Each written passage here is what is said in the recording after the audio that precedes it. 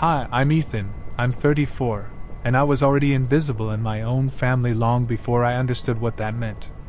I was 14 when it finally clicked, not loudly, not dramatically, just a quiet realization that settled in my chest and never left. My family didn't hate me. That would have been easier. They just didn't see me. Not really. Back then, if you'd asked me what kind of family I had, I would have said, normal. 2 parents, a nice house, family dinners, birthdays with cake. From the outside, everything looked fine. But inside? Inside, there was a hierarchy. And I wasn't at the top. My younger brother Ryan was. Ryan was only 3 years younger, but somehow he lived in a different universe. Everything he touched turned into a celebration. A decent grade? Dinner out. A small sports award? Photos, Facebook posts, proud speeches. Meanwhile, my achievements were met with a nod and a, "That's nice, Ethan." Ryan was charismatic. Loud. Effortlessly confident. The kind of kid who could charm adults and cry on cue when things didn't go his way. And my parents, Mark and Diane, ate it up. They didn't just love him. They believed in him. I was the quiet one. I like systems. Patterns. Taking broken things apart and figuring out why they failed. While Ryan was center stage at school events, I was in the garage teaching myself how to code on an ancient laptop, fixing neighbors' devices for cash, building things no one asked for but that actually worked. I didn't resent Ryan at first. I really didn't. I thought there was room for both of us. Turns out, there wasn't. When college talk started, the difference became impossible to ignore. Ryan was destined for greatness. Tutors. Prep courses. Networking events before he even knew what networking was. I, on the other hand, was advised to be practical. Maybe something stable. Something safe. Something smaller. I wanted to study engineering. Build companies. Create things that lasted. My parents smiled like I told them a cute joke. That was the first time I understood something important. They weren't waiting for me to succeed. They had already chosen who mattered. And I was just background noise. By the time I was 17, I stopped trying to impress them. Not consciously. I didn't announce it or slam any doors. I just adjusted. I learned early that hope was expensive, and disappointment always collected interest. Ryan thrived on attention. He needed it. Teachers loved him, coaches praised him, relatives asked about his future at every holiday. Meanwhile, I became the kid adults forgot was in the room until they needed help fixing the Wi-Fi. At home, it was the same rhythm. Ryan talked, my parents leaned in. I talked, they checked their phones. I worked around it. I started taking online courses at night. Programming. Systems design. Data basics. Nothing flashy. Just fundamentals. I fixed phones, laptops, tablets, anything broken, and quietly built a client list. By senior year, I was making more money than most of my friends with part-time jobs. I bought my own used car. Paid my own insurance. My parents called it a phase. When I showed them the first software tool I'd built, a rough inventory tracker for a local shop, my mom smiled politely and said, "That's great, Ethan. Oh, did you hear Ryan might get scouted next season?" I stood there holding my laptop, realizing she hadn't looked at the screen once. Ryan, meanwhile, couldn't fail. When he messed up, there was always an explanation. Pressure. Stress. Expectations. When I succeeded, it was luck. Timing. A nice hobby. Then came the moment I should have seen as the warning sign it was. Ryan got into a prestigious university. Not top tier, but expensive enough to impress the neighbors. My parents threw a massive dinner. Extended family. Toasts. Speeches. My dad stood up and said something I'll never forget. "We always knew Ryan had leadership potential," he said proudly. "One day, he'll probably take over the company." The company. My dad's company. A mid-sized manufacturing business he'd built from nothing. The same one he used to tell me stories about when I was a kid. The same one I thought, stupidly, I might one day be part of. He didn't look at me when he said it. No one did. That night, something inside me shut down. Not anger. Not sadness.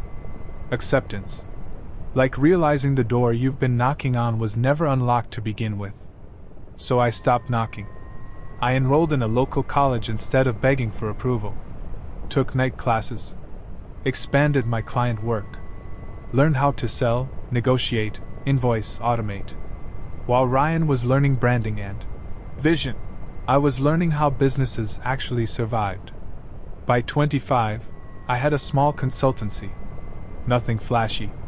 Just results. My parents still talked about Ryan like he was the future. They had no idea I was already building mine. The call came when I was 29. It was my dad, which alone made my stomach tighten, because he never called me about work. Ever. He said he wanted a family meeting. Those words hit me harder than I expected. For a brief, embarrassing second, I thought maybe this was it. The moment he finally saw me. The moment he admitted I might actually belong in the world he built. I should have known better. We sat in the living room. Same couch. Same framed photos of Ryan at every milestone. Same silence before my dad cleared his throat. He announced he was stepping back from the company earlier than planned. Said it was time to modernize and bring in fresh leadership. Then he turned to Ryan with a proud smile and said the words that split the room in half. Ryan will be taking over as CEO. Just like that. No discussion. No questions. No acknowledgement that I was even there. Ryan grinned like he just won something he'd always assumed was his. He talked about branding, culture, vision. Big words. Empty ones. I asked one question. Just one. What about operations?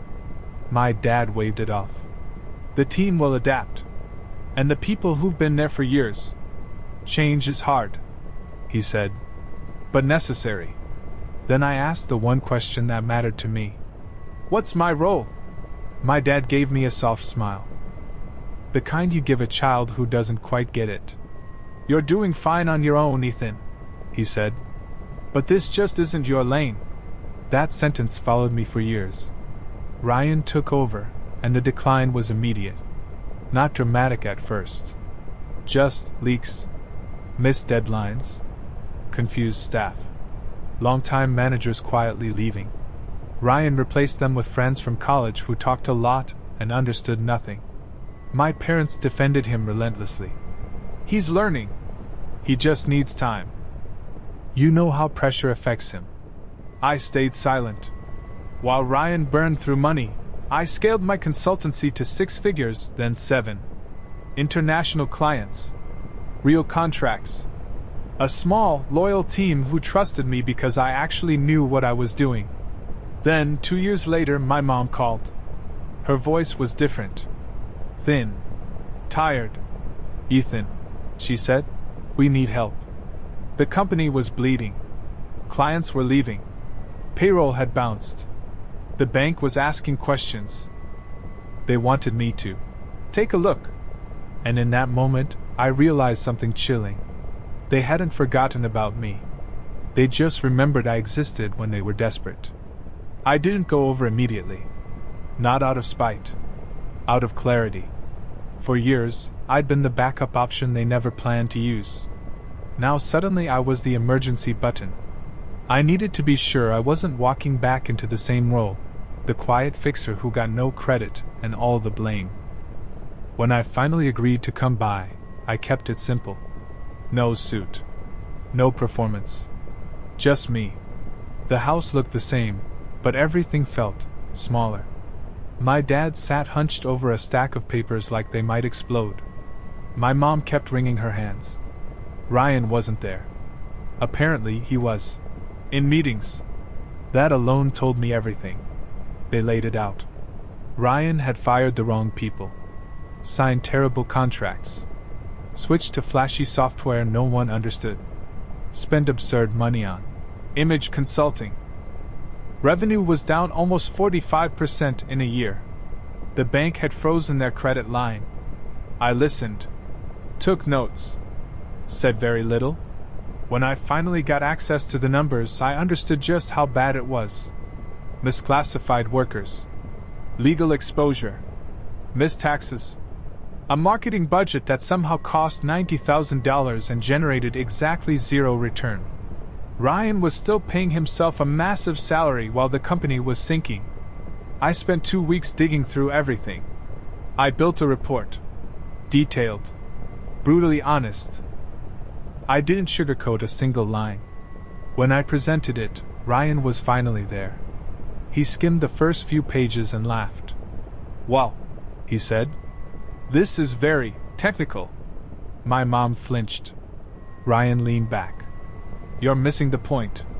Business isn't just spreadsheets. It's vision." I met his eyes. "Your vision lost the company $380,000 last quarter." Silence. Then he snapped. "You're just trying to take this from me." I looked at my parents. Waiting. Hoping. They said nothing. So I stood up. "I'll help," I said calmly. "But only if I have full control. Operations. Finance. Legal. Everything." Ryan exploded. He accused me of sabotage. Jealousy. Threatened to go public and destroy my reputation. And that's when I realized something terrifying. They knew he was unstable. They just didn't want to admit they backed the wrong son. I gave them 48 hours. Full authority in writing. Or I walk. For the first time in my life, I meant it. They didn't answer for 2 days. No calls. No messages. Nothing. On the 3rd day, an email arrived, not from my parents, but from the company's legal address. Formal. Polite. Carefully worded. They wanted a compromise. Shared leadership. A transition period. 6 months. I didn't even sit down. I replied with 3 sentences. 6 months is 6 months you don't have. I won't clean up a mess I'm not allowed to fix. This offer expires in 72 hours. That's when Ryan emailed me directly. Subject line, "You always waited for this." He accused me of manipulation. Said I'd been hiding in the background, waiting for him to fail. Claimed I was trying to erase him and steal something I never earned. The part that almost got to me? "You were never meant to lead." I'd heard that sentence my whole life. This time, it didn't land. Instead of responding, I forwarded everything to my lawyer. Then I did something my parents never expected. I stopped thinking like a son. I started thinking like a buyer. I ran the numbers again. The company was damaged, but not worthless. The infrastructure still mattered. The client base could be rebuilt. With the right systems, it could actually outperform its old version. I met with my investors, my mentor, my core team. We didn't talk about family. We talked about ROI. That's when the real plan took shape. I drafted a buyout offer. Not a consultation. Not a rescue. An acquisition. Full ownership. Complete control. Ryan permanently removed from leadership. No symbolic roles. No advisor titles. Clean break. When I sent it, I felt nothing. No anger. No triumph. Just certainty. A week later, my parents asked to meet, in person. Not at home. At my office. For the first time ever, they were coming into my world. They arrived late. My mom looked exhausted, like she hadn't slept in weeks. My dad looked older than I remembered, shoulders slumped, eyes unfocused. The glass-walled conference room reflected everything. The city skyline, my team moving efficiently outside, the reality they hadn't prepared for. My dad spoke first. "You've built something impressive," he said, gesturing around. "I know," I replied. That caught him off guard. My mom slid the papers across the table. "We can't agree to all of this," she said quietly. "We're willing to give you partial control. 6 months. Shared leadership. I stood up immediately. The meeting was over before it started. You don't have 6 months, I said evenly. You have weeks. Maybe less. And shared leadership is how you got here. My mom's voice broke. It's still our company. No, I said. It was. That's when my dad finally said the truth. Ryan said he'd sue us. The room went silent. He claims emotional damages. Says we're destroying his future. I let out a short laugh before I could stop myself. Not cruel, disbelieving. He destroyed his own future, I said. I just won't let him destroy mine. I told them I wasn't doing this out of revenge. I was doing it to protect the people still working there. The ones who didn't deserve to drown because they believed the wrong leader. They left without signing. 12 days later, they came back with lawyers. The papers were signed on a Wednesday morning. My dad's hand shook. Ryan wasn't there. The deal closed quietly. No celebration. No speeches. Just a transfer of power that should have happened years earlier. The company was renamed Northline Systems. And for the first time, it belonged to someone who actually understood it. The first walk through the old building felt surreal. Same warehouse. Same loading docks. Same cracked concrete floors. But it was hollow now. Half the desks empty, lights flickering, machines sitting idle like they were waiting for permission to work again. This place used to be my dad's pride. Under Ryan, it had become a shell. I didn't waste time mourning it. Within the first week, I brought in my team. Systems audits. Financial triage. Legal cleanup. We rebuilt from the inside out. Old software scrapped. Manual processes automated. Real-time tracking installed. No buzzwords. No vision boards. Just execution. The most important move came next. I started calling people Ryan had fired. Not emails. Calls. The warehouse supervisor who'd been there since the company started. The logistics coordinator who knew every route by heart. The accountant who quit after warning everyone something was wrong. They were cautious at first. Then I told them the truth. Ryan was gone. Permanently.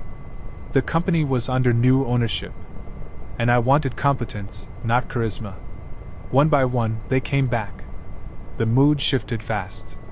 3 months in, we landed a regional contract that would have crushed the old system. Northline handled it flawlessly. Deliveries on time. Costs down 38%. 0 client complaints. Revenue stabilized. Then it grew. Meanwhile, Ryan melted down publicly. He posted videos. Long captions. Claims of betrayal. Said he'd been pushed out by corporate greed. His followers supported him, briefly. Then screenshots surfaced. Invoices. Emails. Expense reports. The story collapsed. Sponsors vanished. Invitations dried up. His brand dissolved in real time. The last message he sent me was short. Hope it was worth it. I didn't reply. Because by then, it already was. 6 months after the acquisition, Northline Systems was no longer bleeding. It was breathing again. The chaos Ryan left behind was gone. Processes were clean. Numbers made sense. People showed up to work without fear of the next impulsive decision wiping out their department. For the first time in years, the company felt stable, not flashy, not loud, just solid. Then came the contract. A national distributor. High stakes. Tight margins. 0 tolerance for mistakes. The old version of the company would have collapsed under that pressure. This one didn't. We delivered early. We delivered clean. Costs dropped by nearly 40%, and client satisfaction went through the roof. Industry blogs noticed. Then trade magazines. Then investors. It happened quietly, the way real success usually does. Around that time, my dad left me a voicemail. I didn't answer the call. His voice sounded tired. Smaller. I saw the article, he said. What you've built, it's impressive, I should have believed in you sooner. I'm sorry. I sat with that message for a long time. Not because it hurt, but because it didn't. There was no rush of validation. No emotional payoff. Just a simple realization. I no longer needed anything from them. The apology came years too late. And that was okay. The relaunch event wasn't extravagant. No fireworks. No dramatic speeches. Just a clean space, a full room, and people who had chosen to stay when leaving would have been easier. I stood on the stage without notes, looking out at faces that trusted me, not because of my last name, not because of promises, but because of consistency. We didn't rebuild this company with luck, I said. We rebuilt it with patience, discipline, and accountability. The applause wasn't explosive. It was steady. Earned. Later that night, I stepped outside alone. The city hummed quietly in the distance.